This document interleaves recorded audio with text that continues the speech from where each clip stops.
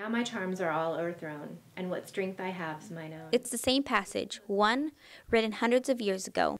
The other, a modern version by Kim Askew, who will soon release adaptations of William Shakespeare's classic books as young adult novels. The first of her books is Tempestuous, based on Shakespeare's The Tempest, but the original setting of an island has been reworked to a shopping mall. All of his plays, even if they're not about teens, there's so much teen angst in them. It seemed perfect for YA. If you think about Hamlet, Romeo and Juliet, Juliet was about 13. Her interest in literature led her to graduate from Fresno State with an English degree.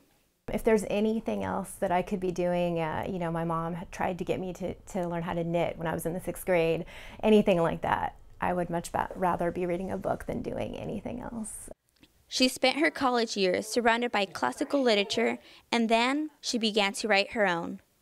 And when I got to Fresno State, it was that first opening up of a wider world of people who actually got me and were excited about the same things that I was excited about, and that was just really liberating for me.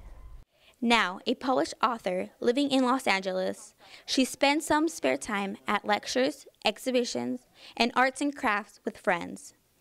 Anywhere she can learn something new. When I come home, I look forward to that. That's my time. If I'm not going out with friends, I'm getting home, eating as quickly as I can so I can read. With a large collection of books and a lot of classical literature still unread, she says she'll always have good reading material.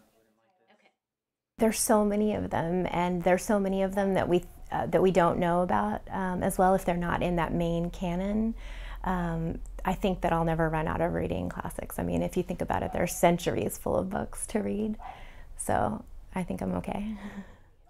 She types her stories because she says it moves as fast as she thinks, and she has a fear of having a blank page, or in her case, a blank screen.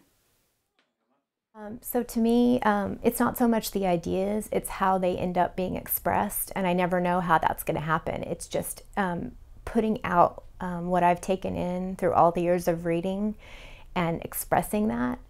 It's not a conscious thing, it just happens. So to me, anyone can have ideas. It's how those ideas are expressed that makes it special. After Tempestuous, an adaptation of Shakespeare's Macbeth will follow, and later a modern version of Romeo and Juliet. But aside from the series, she looks forward to writing more of her own work and possibly get into the publishing side of literature. So no matter how much I think that I know or that I've already read, I feel like there's still more to discover. Jocelyn Gallardo, The Collegian.